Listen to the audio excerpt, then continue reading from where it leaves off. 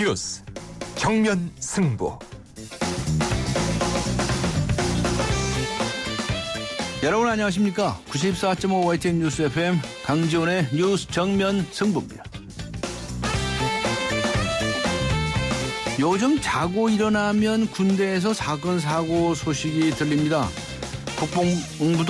국방부도 애가 탔는지 오늘은 이병, 일병 등과 같은 병사 계급 체계를 줄여보겠다고 밝혔는데요. 어떻게 줄이느냐 하면은 이병을 없애고 자대 배치를 받자마자 일병 계급을 준다는 것입니다.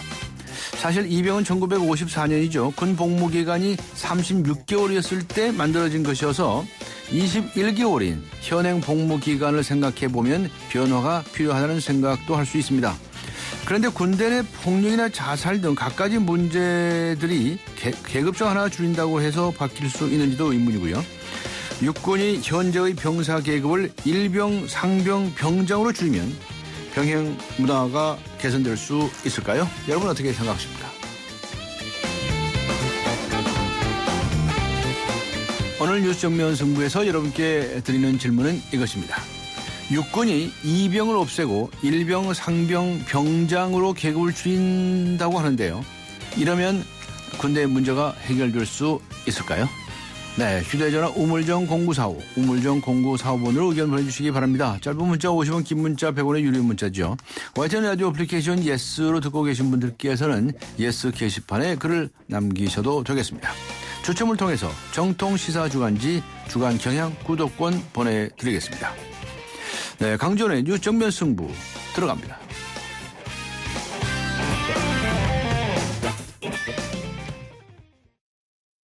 100년의 편지 써보셨나요? 지금의 마음을 영상이나 음성 편지로 보내주시면 정해주신 미래의 날짜에 전해드리겠습니다.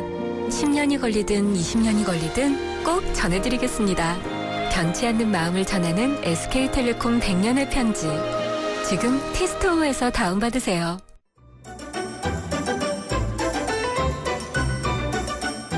친절한 숙현 씨의 까칠한 뉴스. 네, 친절한 숙현 씨 나오셨습니다. 시사 컬럼니스트 이숙현 씨 안녕하셨습니까? 네, 안녕하세요. 네, 북한 김정일 제1위원장이 나타났어요. 그렇죠? 네, 그렇습니다. 40일 만이죠? 40일 만입니다. 나와도 뉴스고요. 안 나오면 더 뉴스인 사람이 바로 김정은 위원장인 것 같습니다. 그렇습니다. 북한 언론은요. 김정은 제1위원장이 평양에 완공된 과학자 주택지구를 현지 지도했다. 이렇게 오늘 일제히 보도했습니다. 여러 네. 장이 그 사진이 실리기도 했는데요. 이번 현지 지도에는 황병서 총정치국장 그리고 최룡해 당 비서 등이 동행했다고 합니다. 이 김정은은 지팡이를 짚은 모습이었지만 일각에서 제기됐던 신변 이상설을 불식시키에는 굉장히 좀 건강한 그런 모습이었고요. 역시 건재를 과시한 것으로 보입니다. 네. 관련해서 일각에서는 그 최근 프랑스 의사로부터 김정은이 발목 관절 등을 수술받았다 이런 보도가 나온 바 있는데요. 어느 정도는 회복이 된 것으로 추정하고 있습니다. 네, 우리 정부에서는 어떤 해석을 내리고 있습니까? 일단 서둘러 나왔다 이런 반응입니다. 서둘러 나왔다. 네네. 네. 그 김정은 위원장이 지팡이까지 짚고 등장한 것은 그동안 실각설이나 중병설 등을 불식시키기 위한 것으로 해석하는 그런 분위기가 다분합니다. 정부 당국자들은 기자들을 만났는데요. 이 북한 최고 지도자가 지팡이와 같은 보정구를 짚은 사진이 공개된 적이 있느냐 이런 질문에 대해서 여태껏 그런 적은 없었던 것 같다. 완쾌가 되기 전에 서둘러 나왔다는 얘기에 동의한다. 이렇게 말했다고 합니다. 네, 북한 문제와 관련해서 요즘 관심사로 떠오르는 것은 유엔 총회에서 네. 북한 인권 문제를 논의한다는 거 아니겠습니까? 그렇습니다. 네, 우리나라 정부의 반응은 어떻습니까? 네, 유엔 총회는 오는 28일 그 북한 인권 특별 보고관으로부터 활동 보고서를 제출받고 북한의 인권 문제를 논의할 예정입니다. 지금 초점은 오히려 북한이 아니라 우리 정부다 이런 얘기가 나오고 있는데요. 네. 이 북한이야 당연히 반발할 것이 불보듯 뻔한 상황입니다. 반대로 2차 고위급 접촉을 준비하고 있는 우리 정부가 어떤 수위의 반응을 내놓을 것인지가 오히려 관심이라는 지적이 나오고 있습니다. 관련해서 유엔 특별 보고관은요, 이 북한의 인권 상황을 국제형사재판소와 같은 국제사법기구에 회부해야 된다 이렇게 강조할 것으로 알려졌습니다. 네. 국정원 직원들이 국정원법 위반 또 공직선거법 위반으로 서울지검에 고발을 당했군요. 참여연대가 고발했군요. 네, 그렇습니다. 참여연대는요, 국정원지검 31명을 국가정보원의 대선 정치 개입 의혹 사건과 관련해서 오늘 고발장을 제출했습니다.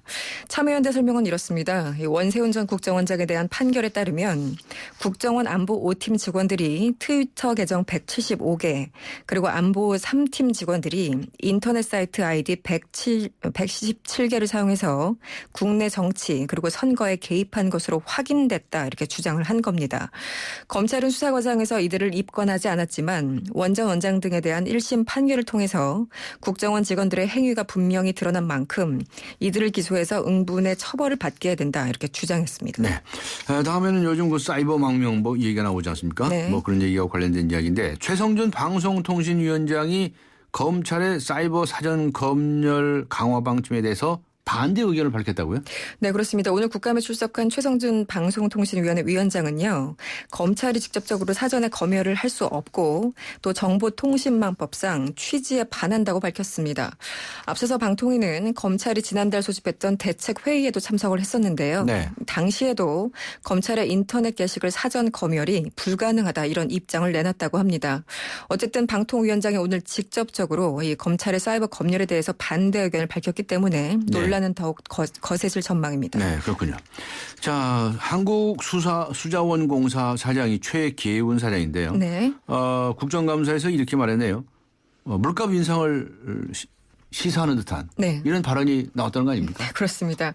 이 장관이나 이런 그 공기업 사장들 한마디 할 때마다 참, 걱정스럽다는 얘기가 많이 나오고 있는데요.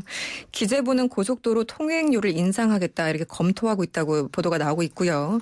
또 수공은 물값 인상에 필요하다, 이렇게 얘기를 하고 있습니다.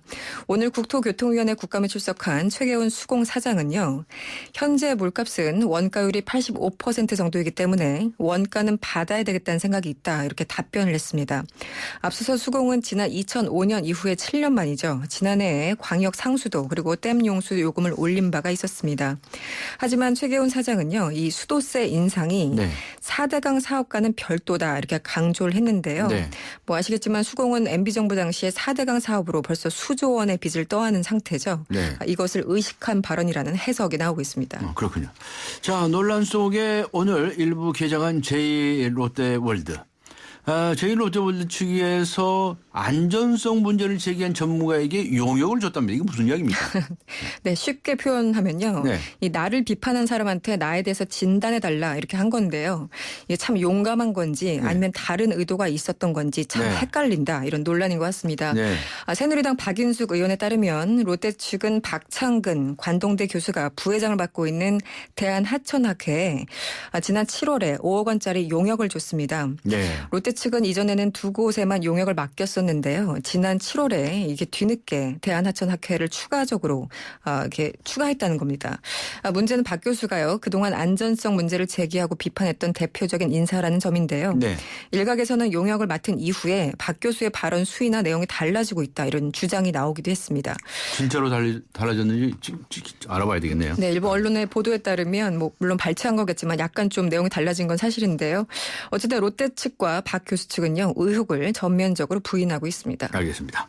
자, 여야가 모처럼 이제 합의를 했네요. 세월호 특별법, 정부조직법, 위병헌법. 네. 이 법들을 처리한다. 그런데 TF를 각각 구성을 해서 가동하자, 이렇게 합의가 됐군요. 그렇습니다. 새누리당 이완구 원내대표 그리고 새정치민주연합의 신임 원내대표죠. 우윤근 원내대표가 오늘 만났습니다. 세월호 특별법안 등 이른바 패키지 법안의 TF를 구성하고 조속히 처리한다고 합의를 했습니다. 네. 이완구 원내대표는 모두 발언에서 세월호 특별법을 빨리 처리하겠다. 그리고 정부가 추진 중인 민생경제 법안도 속도감 있게 해줘야 된다, 이렇게 강조를 했습니다.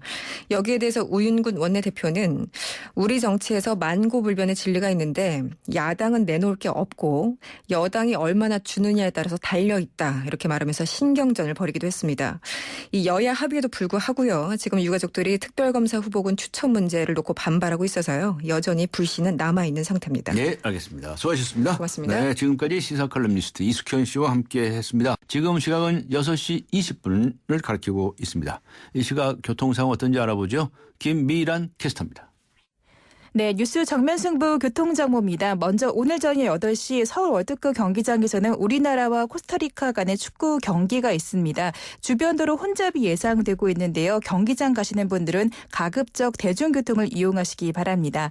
현재 내부신난로 성산대교 방면 종안분기점부터 정릉터널까지 밀리고 있습니다. 다시 홍지문 터널에서 연희램프까지도 속도가 많이 내려가 있는데요. 반대 성산대교 쪽으로도 성산램프부터 정릉터널 지나는 데는 속도 줄여 이동하고 있습니다.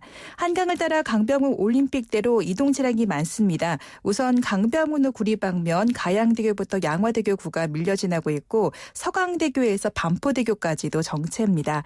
반대 일산 쪽으로 잠실대교부터 난지 나들목까지는 시속 30km 미만인데요.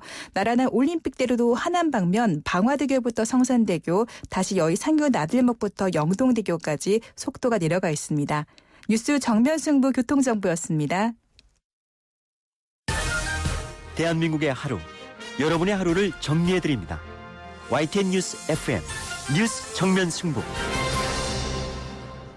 네, 정부가 내달부터 고속도로 통행료 인상을 검토 중이라는 이야기가 나왔습니다. 게다가 비싼 민자 고속도로 통행료는 관피했답니다라고 하는 의혹도 제기가 되었는데요. 자세한 내용 알아보겠습니다. 먼저 국회 국토교통위원회 소속이시죠. 새정치민주연합의 김상희 의원 연결합니다. 안녕하세요. 네, 안녕하세요. 네. 김상희입니다. 네네. 정부가 오는 11월, 그러니까 다음 달이죠. 고속도로 통행료를 인상하겠다는 내부적인 서류를 김상희 의원님께서 입수하셨다면서요? 네, 제가 어제 국토부 국정감사 현장에서 확보를 했는데요. 네. 네, 지금 기재부가 9월 12일 작성된 건데 국토부의 요청으로 국토부가 4.9% 이상을 인상했으면 좋겠다라고 하는 요청을 했나 보죠. 그래서 예. 요청으로 기재부 물가정책과에서 검토를 해서 네. 조정을 한 내용인데 4.9% 인상으로 조정안이 나왔고요. 네. 그리고 인상 시기는 11월 1일 이후 이렇게 되어 있습니다. 그러니까 이건 이제 내부 보고 문건이기 때문에 네. 이게 이제 이후에 이걸 이제 결정을 하려면 이제 뭐 또 프로세스가 또 있겠죠. 네. 네, 그렇군요. 네. 그 이유가 뭐랍니까? 도로공사가 적자 네, 때문에. 지금 이유 여기 문건에 있는 이유는 예. 도로 건설을 해야 되고 또 그 요금 동결이 돼서 그동안 도로공사 재무 상태가 굉장히 어렵다 뭐 이런 겁니다. 예. 그리고 오래된 노선 노후화 및 관리 구간 연장 등으로 비용은 증가하는데 요금이 동결돼 있기 때문에 예. 지금 매년 부족액이 생긴다. 그래서 4.9% 인상이 필요하다 이렇게 밝히고 있습니다. 네. 그런데 우리나라 통행료가 선진국에 비해서 쌉니까?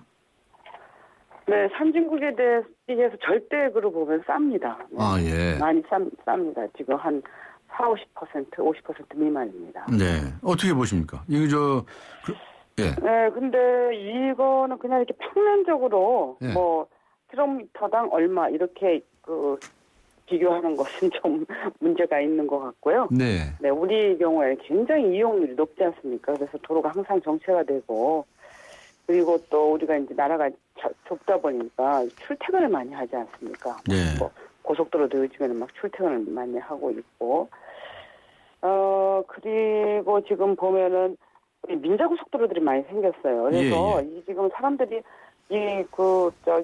이동하는 데 있어서 유류비 문제라든가 또 통행료 문제라 이런 게 굉장히 부담이 큽니다. 그리고 우리나라가 다른 나라에 비해서 굉장히 유류비가 높거든요. 네. 네, 그런 측면에서 보면 지금 자동차 이용하고 있는 국민들의 부담을 볼 때 이게 결코 작다라고 보기 어렵고요. 예. 이것만 비교해서는 어렵다고 안 된다고 생각합니다. 네. 네. 그렇군요. 네. 기본 요금이 있고 주행 요금이 있다면서요? 예. 예. 기본 요금이 있고 주행 요금이 있는데요. 근데 그러니까 결국 얼마를 올리겠다는 거예요? 4.9%라고 하면. 기본 동결을 하고 네. 이제 주행 요금은 1km에 41원에서 44원으로 이제 올리는 겁니다. 네. 44.4원으로. 예. 네, 그렇군요. 네. 근데 이걸 어떻게 입수를 하셨어요? 그 국회의원들은 다 그렇게 내부 문서 다 입수하시나요? 네, 어떻게 입수를 했습니다. 네, 어떻게 그랬는데. 근데 그동안에 조용했어요, 이 문제가. 예? 그동안에 뭐 알려지지도 않고 조용했다고요. 그죠? 네, 근데 지금 이제 문제가 보면 네. 이게 저희가 이제 도로공사 국감할 때부터 네. 도로공사 국감할 때 어떤 문제가 생겼느냐면 그때 도로공사가 컨텐전시 플랜이라고 해가지고 거기가 이제 부채가 많으니까 네. 자기네들이 지금 고속도로 무료 구간이 있습니다. 예. 경인고속도로나 지금 외곽순환도로 등등해서 그것을 또 이제 유료화하겠다고 하는 내부 계획을 갖고 있더라고요. 아, 그래요? 그래서 그것을 제가 또 이제 입수해가지고 네. 또 그 발표를 한 적이 있는데 예. 지금 전체적으로 보면 이게 문제가 어떻게 돼 있냐면 전체적으로 세금 복지라든가 예산이 늘어나지 않습니까? 예. 근데 정부에서 부자들한테 세금을 더 이상 안 거두려고 하지 않습니까? 네. 그런 상태에서 서민들한테 지금 세금을 걷어들이고 있다고요. 서민 증세를. 네. 그래서 담배세라든가 자동차세라든가 주민세라든가 이런 방식으로 서민 증세를 하고 있는데 이 지금 준조세에 해당되는 부분들을 자꾸 올리면서 이 전체적인 부담을 줄이는 거예요. 네. 이것도 마찬가지입니다. 도로공사가 예. 정부로부터 도로 공사를 할 때 예. 정부한테 공사비에 지금까지는 50%를 받았거든요. 네. 5대5로 매칭을 했는데 예.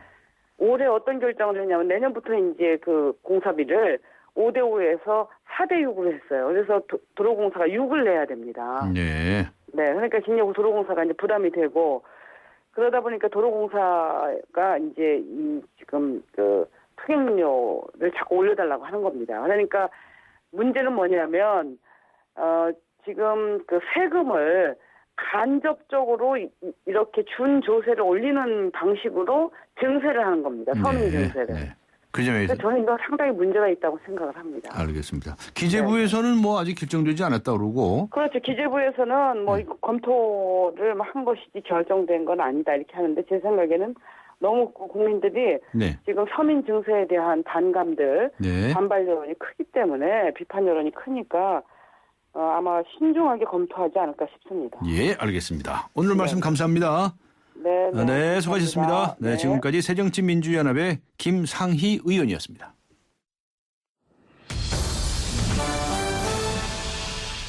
네, 고속도로 통행료 인상이 현실화가 되면 논란이 커질 것 같은데 엊그제 국감에서는 민자고속도로의 비싼 통행료 이야기도 나왔습니다. 민자든 국자든 통행료 적정성 문제에 대해서 따져봐야 될 것 같은데요. 경실련 상임집행위원인 류권홍 원광대학교 법학전문대학교 교수 연결해서 자세한 이야기 들어보겠습니다. 안녕하세요. 예, 안녕하세요. 네, 정부가 고속도로 통행료를 인상하겠다고 했는데 이거 필요하다고 보십니까? 정부가 요금을 올리는 원인이 네. 만약에 그 고속도로 사용자들이 요금을 너무 낮게 내서 낸 거라면 그건 맞는데, 네. 근데 그 원인이 그 도로공사의 과잉 투자나 또는 방만한 경영이다. 그쪽에 책임이 있다. 그러면 요금 인상 주장은 정당하지 않겠죠. 네. 근데 이번에 어떻게 보세요? 이거 정당하지 않다고 보시는 겁니까? 예, 저는 정당하지 않다고 봅니다. 그 이유가 도로공사가 잘못했는데 왜 퍼넘기느냐 이런 얘기시네요. 예, 그렇습니다. 네. 그런데 지금 부채가 많다면서요, 도로공사가? 예, 한 26조 되죠. 예. 그런데 그게 통행료가 낮아서 생긴 것이 아니다 이렇게 보시는 거로군요. 예, 그렇습니다. 네. 그러니까 지금 한 최근 10년 사이에요. 예. 통행량은 한 평균 4.3% 늘었고요. 통행 수입도 한 4% 정도 늘었고요. 예. 2012년에는 7% 이상 둘 다 늘었어요. 네. 근데 지금 그 도로공사의 부채 원인은 과잉 투자, 그러니까 적자가 나는 노선에 고속도로를 자꾸 깔았고요. 첫째는. 예. 그리고 비관련 사업, 그러니까 심지어는 초고속 인터넷 사업에 투자해서 수백억 손실 나고요. 또 민자도로에 잘못 투자해가지고 250억 부산 같은 경우에 손실이 나고 이런 게 커져서 네. 도로공사 부채가 늘었기 때문에 이건 시민들 책임이 아니라고 봅니다. 네. 그렇군요. 그런데 선거 때만 되면 후보들이 공약을 내놓지 않습니까? 네네. 그렇죠. 그래서 이제 적자 누적이 불가피하다 이런 지적도 있던데. 이게 정치적으로 고속도로 까는 걸 정치적으로 판단하니까 이런 문제가 나오는데요. 그 얼마 전에 그 2012년경인가요? 그 한국개발연구원이 예타 조사를 해보니까 41개 고속도로 노선 중에 26개가 경제성이 없다고 나왔어요. 경제성이 없는 고속도로가 그렇게 많다. 예. 그런데 이제 뭐 지역적인 정치적인 이유도 도로공사 입장에서는 자꾸 도로를 깔아야 그 인력도 충원을 할 수 있고 이거에 따라서 또 요금이 반영이 되거든요. 네. 그러니까 양쪽의 이해관계가 맞다 보니까 자꾸 그 국도로 깔아야 될 걸 고속도로로 깔고 있는 거죠. 예. 그러면 적자가 누적될 수밖에 없죠. 그렇습니다. 그렇군요. 그런데 이 통행로가 선진국에 비해서 턱없이 낮다는 주장도 있습니다. 예, 도로공사는 지금 한 선진국 대비 40% 이렇게 주장을 합니다. 예. 그런데 이렇게 선진국이라는 미국이나 유럽을 가시면요. 예.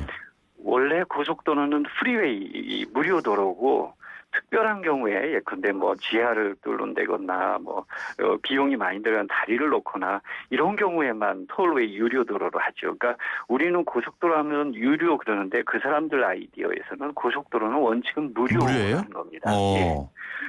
그러면 우리의 전체 유료도로하고 비교하면 안 되고요. 그 선진국에서의 유료도로, 민자가 낀 PPP 형식의 유료도로하고 우리의 민자도로를 비교하게 되면 그렇게 40%라는 주장은 옳지가 않아요. 거의 비슷할 겁니다. 그럼 대책이 뭡니까? 지금 주장하시는 바는 어떤 겁니까? 첫째는 고속도로 뭐 무료로 하고. 물론 이제 자꾸 도로공사는 유료화 하자고 그러는데 근본적으로 국민의 이동권을 보장한다면 무료로 가는 게 세금으로 짓는 게 맞는 거고요. 예.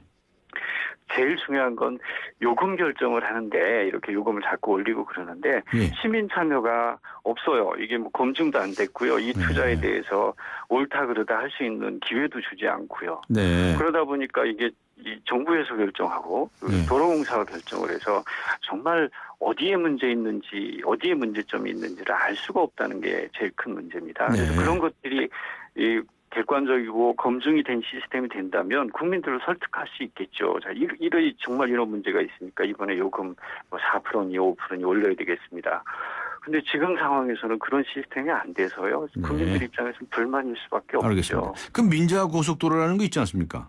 네네. 민자고속도로는 통행료가 이거 엄청 비싸거든요. 예. 그 점에 대해서 어떻게 보세요? 민자가 3배 정도 비싼 데는 비싸죠. 인천대교 같은 경우 지금 한 6,000원 정도 되니까요. 일반 도로공사 고속도로보다 3배 정도 비싸요. 근데 이것은 민자고속도로가 왜 이렇게 비싸냐 하는 문제를 좀 고민을 해봐야 되는데 그중에는 그런 게 있습니다. 자본금 말고요. 이 자본금을 부채 형태로 늘려서 그 도로를 놓는데 이 채무 형태로 채권 형태로 늘리다 보니까 자본금에 대해서는 이자가 안 나오는데 채권 형태로 하면 이자율이 나가는데 이걸 아주 높이 해요. 이자율 부담을 예를 들어 뭐 15% 20% 높여놓습니다. 근데 이 채권을 발행했을 때 채권을 사는 사람들이 외국계 회사도 있고요. 우리 늘 얘기하는 뭐 몇 개 회사가 있죠. 그리고 우리 국민연금, 사학연금 이런 기관들이 그 연금 수익을 통해서 높이기 위해서 이런 높은 채권을 발행하도록 합니다. 그럼 이자율이 높으니까 당연히 통행료가 높아질 수밖에 없죠. 이런 시스템을 좀 정부가 고쳐줘야 되는 거 아닌가 장기적으로. 게다가 어제 국정감사에서는 말이죠. 이 민자고속도로 통행료가 비싼 거는 관피아 때문이다. 여기서도 관피아 얘기가 나오네. 예, 여기서도 나옵니다. 주로 이제 뭐 어제 이야기 나온 것들이 도로 까는 아스팔트, 뭐 콘크리트 포장 이런 회사들의 그 정부 관료들 또는 도로공사 직원들이 낙하산으로 가서 그 회사들이 이 수의 계약이 됐든 뭐 일을 어떻게든지 받아서 해서 그 비용도 올라가고 또 안 좋은 품질이 안 좋은 그런 도로공사가 됐다 이런 비판이었습니다. 그 설득력이 있는 얘기입니까? 충분히 설득력이 있습니다. 근거도 있는 것 같고요. 네. 그 재취업 현황이라는 재취업자 명단도 나와 있고 그렇습니다. 네, 알겠습니다. 네, 오늘 말씀 감사합니다. 수고하셨습니다. 예, 고맙습니다. 네, 지금까지 류권홍 원광대학교 법학전문대학원 교수였습니다. 두통 탈출 펜잘쇼. 시댁이 옆집으로 이사 왔어요. 아우 머리야. 시댁엔 애교로 절, 두통은 펜잘로 절. 아, 잘하면 풀리는군요. 두통에 절, 빠르게 절, 펜잘이 딱인 거죠. 쌍이통엔 펜잘 레이디. 네, 군에서 이등병이 없어지면 병영 문화가 개선될 수 있을까요? 네, 오늘 뉴스 정면 승부에서 여러분께 드린 질문입니다.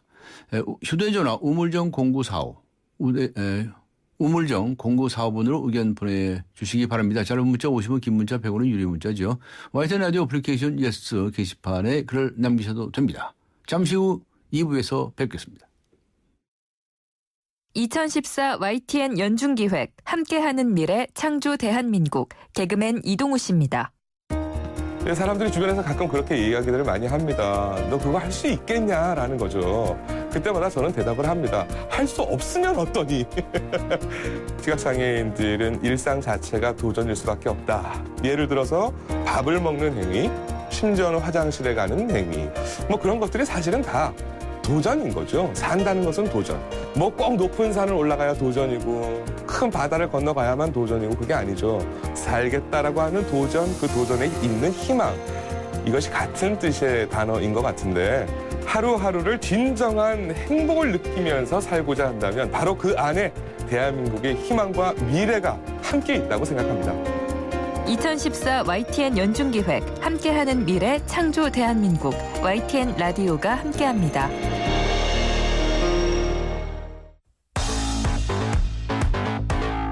강지원의 뉴스 정면 승부. 네, 군에서 이등병이 없어지면 병영 문화가 개선될 수 있을까요? 오늘 뉴스 정면 승부와 청취자 여러분께 드린 질문입니다. 5940번님께서는 이렇게 문자를 보내주셨군요. 병사들 계급장을 별로 바꾼다고 전부 병장이라고 한들 문제가 해결될까요? 장성급, 영광급부터 위에서부터 사고방식이 바뀌어야 합니다. 계급을 줄인다고 하는 것은 탁상 공론에 불과합니다. 라고 이렇게 반대 의견을 보내주셨군요. 5958번님께서는요. 창조적인 개선 방법이네요. 근본적으로 이등병 구타 사건은 없어지겠군요. 이렇게 적어주셨습니다. 휴대전화 우물정 0945, 우물정 0945번으로 의견 보내주시기 바랍니다. YTN 라디오 애플리케이션 예스 게시판도 활용해 주시고요. 추첨을 통해서 정통 시사 주간지 주간 경향 그리고 아시아 지역 전문 월간지이죠. 매거진 N 구독권 보내드리겠습니다. 강전의 뉴스 정면 승부 2부 들어갑니다. 나이 들수록 매력을 더해가는 남자. 그러나 점점 더 시들기만 한다는 여자의 운명. 전 믿지 않아요. 운명도 아름다움도 스스로 만들어가는 거예요. 그렇게 운명을 바꾸다. SK2. 의정부의 금강 펜테리움 센트럴파크에 새바람이 불어옵니다. 도봉선역까지 연결되는 BRT 개통 예정, 수변공원, 천보산의 푸른 자연과 전세대 4베이, 판상형 설계로 공간의 여유까지. 10월에 찾아옵니다. 밀라기지구 금강 펜테리움 센트럴파크. 문의 1899-7566. 네, 여야의 원내대표단이 오늘 오전에 만났다고 합니다. 세월호 특별법, 정부조직법, 유병헌법을 일괄 처리하기 위해서 TF를 가동하기로 합의했다고 하는데요. 그런데 아직도 여야가 의견을 좁히지 못한 부분들도 많이 있습니다. 몇 달을 끌어온 새 법안 처리할 수 있을까요? 오늘은 새누리당의 김재원 원내 수석 부대표 연결해서 자세한 이야기 들어보도록 하겠습니다. 네, 오늘 여야 원내 대표단이 회동을 했는데 거기에는 정책위 양당의 정책위 의장 그리고 원내 수석 부대표가 각각 참석을 했다고 합니다. 3명씩 만난 이 회동에서 어떤 내용이 오고 갔는지 자세히 알아보겠습니다.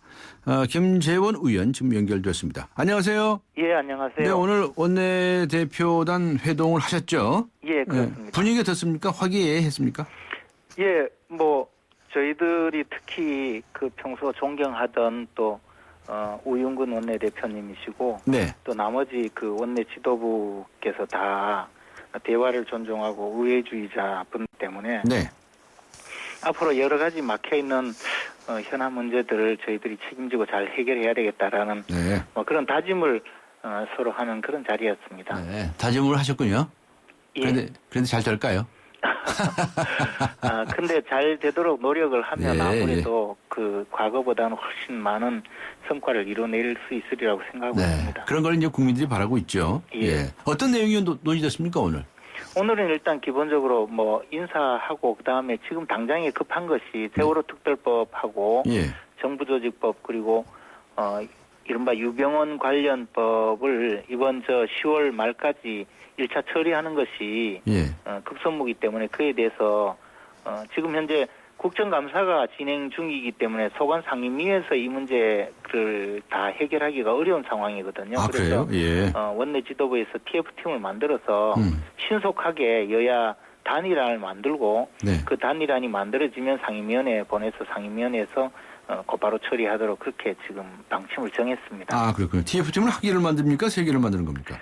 일단 세 분야로. 세 분야로? 예, 세월호 특별법 TF팀과 네. 그다음에 이제 세월호 특별법 TF팀은 기존의 정책위 의장과 법사위 간사에서 했었고 그다음에 정부조직법에 대해서 그리고 유병헌 관련법 이렇게 해서 그 부분은 곧바로 팀을 꾸리기로 했습니다. 그렇군요. 그런데 아무래도 세월호 특별법에 관해서 어떻게 합의되느냐에 따라서 다른 두 가지 법률도 따라갈 것으로 보여지고요. 야당에서도 그런 주장을 하고 있는 것 같은데 특별검사 후보군 이것 때문에 지금 문제가 있는 겁니까? 일단 특별검사 추천 부분에 대해서는 지난번에 상당 부분 정리가 되어 있기 때문에. 네. 그리고 이제 유가족의 입장은 아직도 뭐 과거의 입장을 고수하는 측면이 있긴 하지만 이미 지난번 여야 합의사항 자체가 유가족의 그 입장을 충분히 반영해서 특별검사를 선정하는 그런 내용으로 합의가 되었기 때문에 그런 부분은 유가족들의 그 이해를 구하고 또 유가족이 그 어떤 생각을 갖고 있느냐를 충분히 여야가 반영하겠다라는 원칙적인 측면에서 합의가 되어 있기 때문에 그런 합의 사항을 또 존중해 나가야 될 것이고 특별한 문제가 발생할 가능성은 많지 않다고 생각합니다. 그래요? 낙관하고 계시네요. 예, 그렇습니다. 그러면 이제 특검 검사 후보군 추천에 대해서는 유족들의 의견을 충분히 반영하도록 노력하겠다. 이런 말씀이시고요. 지금 어차피 여야가 4명의 특별검사 후보를 선정을 할 때 서로 합의해서 선정을 하는 것이거든요. 그러면 우리가 예를 들어 특별검사 후보군도 뭐 제출할 것이고 또 야당도 특별검사 후보군을 제출한다면 예를 들어 야당이 특별검사 후보군을 제출할 때 당연히 유가족 측하고 상의하지 않겠습니까? 이런 사람 괜찮으냐라고 할 것이고 예컨대 우리는 유가족과 상의하지 않는다고 하더라도 가정해서 그럼 우리가 특별검사 후보군을 제출하면 또 야당이 그것을 들고 가서 유가족과 상의할 수밖에 없는 구조거든요. 그렇다면 결국 지금의 그 여야 간에 합의한다는 자체도 유가족의 입장을 충분히 반영하는 시스템이 이루어져 있습니다. 그렇기 때문에 그것을 가지고 뭐 예를 들어서 유가족이 자신들의 그 입장을 반영하지 않는다라고 이야기할 그런 하등의 이유가 없는 것이죠. 여당에서 유가족들 쪽에 아까 들고 간다는 표현하셨는데 명단을 들고 가셔서 상의하실 생각은 없으신가요? 당연히 그렇게 하려고 합니다. 그렇게 하신다고요? 미리 유가족들의 입장을 반영하는 그런 어떤 생각을 하고 있고 또 지난번에도 유가족들이 반영하는 특별검사 유가족들이 반대하는 유가족들이 명시적으로 누구누구는 특별검사 안 된다고 하는데 우리가 그 사람을 고집할 이유가 하나도 없다. 이미 공개적으로 이렇게 밝혀놓은 상태에 있습니다. 그럼 뭐 크게 이것 때문에 다른 법안에까지 주장이 걸 초래하거나 그러진 않겠네요. 유가족 입장에서는 그 정도가 아니라 자신들이 특별검사를 임명하겠다라고 주장을 하기 때문에 어려워지는 것이거든요. 그래서 그 부분은 현재 특별검사 제도 자체가 공정하고 합리적인 수사를 하도록 하기 위한 것인데 특별검사를 유가족 측에서 임명하겠다고 하면 그것은 불공정한 수사를 지금 원하는 것이라고 오해받을 수 있기 때문에 그러한 주장은 처리하는 것이 마땅하다고 봅니다. 임명권자도 아닌데 임명한다는 표현을 안 쓴 것 같고. 결국에는 특별검사 후보자들을 유가족에서 요구하는 사람으로 임명하라는 것은 자신들이 임명한다는 것이죠. 그런 뜻이었군요. 알겠습니다. 정부조직법에서는 해경 문제가 쟁점 아니겠습니까? 야당에서는 반대하는데요. 그래서 그 부분도 그 해양경찰이 이번 그 세월호 참사 사건에서 사실 단순히 현장 출동 늑장의 문제가 아니라 그동안에 해경의 구조적인 문제가 있었거든요. 그래서 해경을 정말 재탄생시켜서 발전적으로 해체하고 재탄생시키는 그러한 구조를 거치고 그렇게 해서 해경이 보다 본연의 업무에 충실할 수 있도록 구조 개편을 한다면 조직 개편을 한다는 그런 의미에서 접근한다면 야당과 충분히 대화가 될 수 있으리라고 생각합니다. 네. 그런데 지금 정부 쪽 안에 의하더라도 지금의 해경의 대부분의 업무는 국가안전처, 총리 산하의 국가안전처로 가는데 그 수사권만 떼어서 경찰에 넘겨준다는 거죠? 정확하게 말씀드리자면 지금 이제 해경이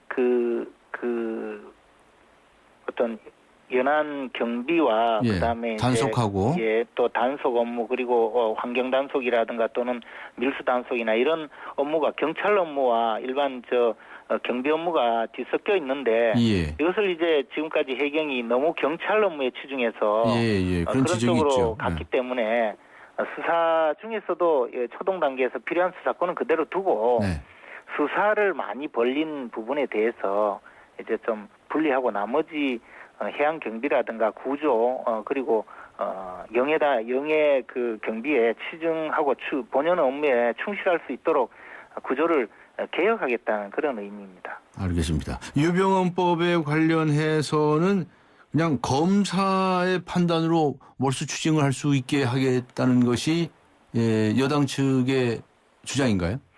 그 부분에 대해서는 조금 법리적으로 논쟁이 있기 때문에 야당이 그것 자체를 반대한다기보다도 이것이 과연 헌법 질서에 맞느냐라는 그런 논의, 즉 법리적 논의가 있기 때문에 그 부분은 충분히 서로 간에 가장 합헌적인 범위 내에서 협의가 가능한 사안입니다. 알겠습니다. 자, 지금 국정감사가 진행 중인데요. 원내 총사령탑 역할을 하고 계시는데 지금 국정감사 잘 되고 있습니까? 대부분의 현장에서는 상당히 민생을 돌보고 또 정책을 제안하고 또 정부 측의 어떤 잘못된 부분에 대해서 많은 견제와 감시를 하는 역할을 충실히 하고 있는데 지역 말단적으로 예를 들어 기업인 총수를 증인으로 부르는 문제를 가지고 제기를 한다든가 또는 그 자료 제출 과정에서 문제가 드러난 부분을 크게 부각해서 공격용 소재로 삼는다든가 또는 현재 그렇게 그 합법적인 절차에서 이루어지고 있는 문자 메시지 그 압수수색 내지 감청에 대해서 그것이 마치 불법적인 상시적인 사찰이 이루어지는 것처럼 그렇게 확대해서 국민의 불안감을 증폭시키는 이런 부분은 좀 잘못되어 있다라고 생각하고 있습니다. 알겠습니다. 이렇게 국정조사로 다들 바쁜데 김무성 대표가 중국 갔어요. 그 점에 관해서 어떻게 생각하십니까? 사실 김무성 대표가 중국의 그 시진핑 주석과 만날 약속을 할 무렵에는 국회가 장기 공전 상태에 있었고요. 당시에는 국회의 국정감사가 지금 이 시기에 하는 것이 전혀 아니었거든요.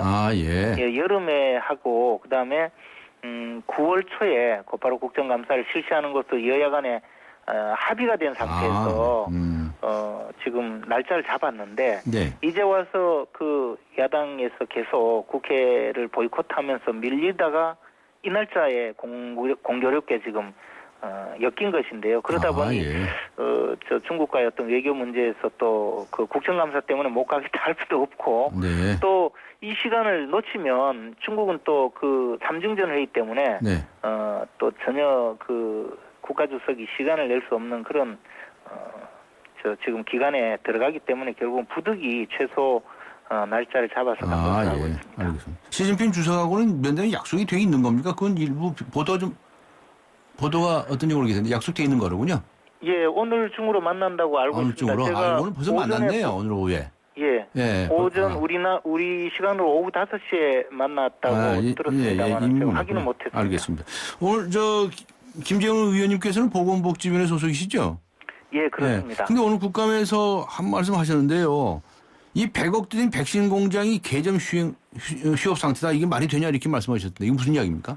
그러니까 이제 결국 우리 그 결핵 백신 있지 않습니까? BCG 백신을 국산화한다면서 우리나라에서 그 민간 기업하고 백신 공장을 만들었는데 그러려면 백신의 균주가 있지 않겠습니까? 네네. 당초에 그 네덜란드 백신 균주를 들여온다 하면서 또는 국내에서 그 균주를 생산해서 대량 생산하겠다 뭐 이런 다양한 방식의 어떤 실험적인 그 시도가 있었는데 결국은 이것이 실패해 버렸습니다. 그래서 돈을 많이 들이고도 결국은 공장은 서 있고 아직 그 진행이 안 되는 상태에 있죠. 그래서 아마 지금 또 외국 백신을 뭐 독일 백신을 들여온다느니 뭐 여러 가지 이야기를 하는 것 같은데 이 나라의 세금을 이렇게 써도 될지 정말 기가 막힌 노릇입니다. 누가 혼나야 됩니까? 그 뭐 정부 측에서 하여튼 책임 있는 사람들은 전부 좀 문제가 있다고 생각하고 있습니다. 네, 혼내셔야죠. 알겠습니다. 마지막으로요. 정의화 국회의장이 남북 국회회담을 추진하고 했는데요. 이완구 원내대표가 그거 의장 마음대로 정할 수 있냐 뭐 이렇게 좀 날을 세운 것으로 보도가 돼 있는데 사실입니까? 지금 남북 고위급 회담이 진행 중에 있지 않습니까?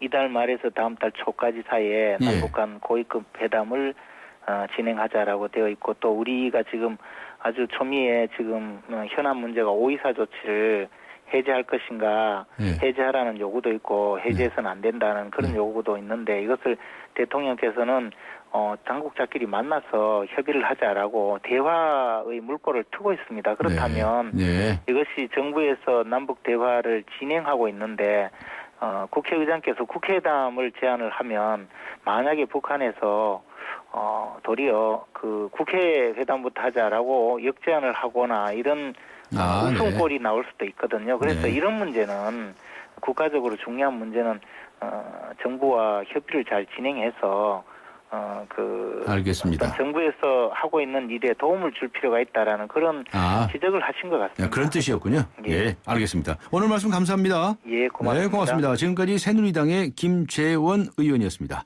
내일 이 시간에는 새정치민주연합의 안규백 원내 수석 대표 초대하도록 하겠습니다. 안녕하세요. 초보 운전자 수지입니다.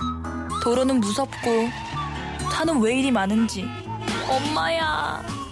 그래서 저는 살아있는 친구를 만났어요. 반응형 블랙박스 유라이브. 와, 정말 살아있네. 유라이브. 살아있는 블랙박스 유라이브. 치열한 일상에 지쳤어요. 어떡하죠? 유유자적을 꿈꾸는 M3 타입이군요.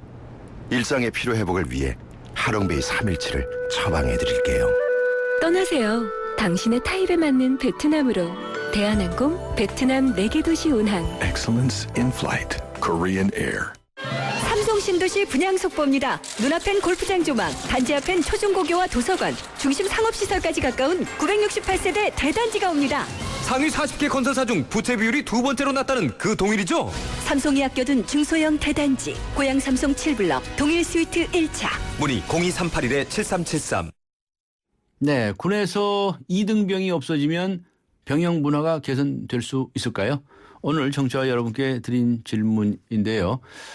우물정 0945번으로 많은 의견 보내주시기 바랍니다. 4206번님께서는 계급이 중요한 게 아니라 인성교육이 더 중요하지 않을까요? 이렇게 적어주셨고요. 0886번님께서는 계급을 줄인다고 병영 문화가 개선된다면 아예 계급을 없애지요 라고 적어주셨습니다. 6787번님께서는요. 이제 2등병의 편지 노래는 1병의 편지로 바꿔야 하나요? 이런 문자도 보내주셨습니다. 3부에서 뵙겠습니다.